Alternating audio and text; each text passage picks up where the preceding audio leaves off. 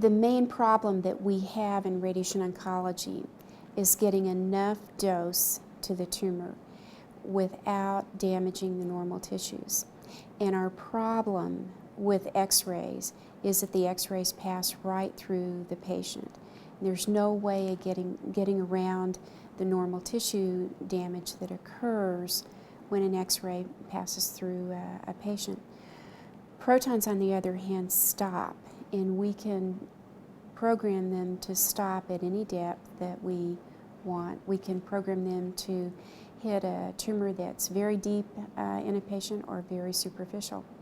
And since they stop, we don't have any radiation exiting through the patient and causing normal tissue damage. And because the protons are relatively heavy, they lose much less energy on their entrance path in the patient before they get to the tumor. So what this means is much less normal tissue exposure to radiation with protons than we get with conventional radiation.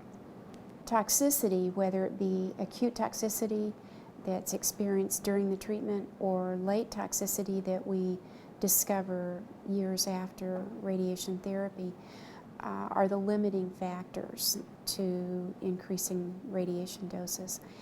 We think that with protons, the radiation dose distributions are going to be significantly better.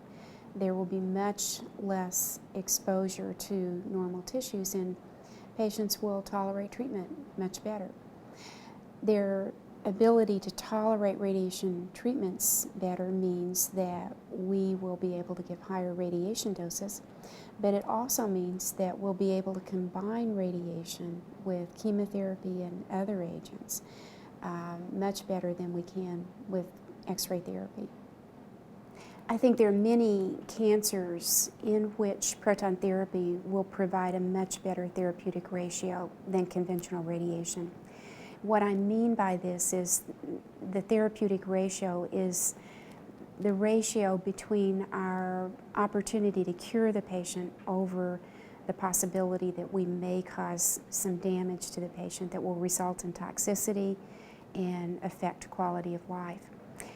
In many of the cancers that we treat, we don't have an ideal therapeutic ratio. We have to compromise our radiation doses to try to avoid a major toxicity, a major problem for the patient. And when we do that, we don't get as high a cure rate as what we would like.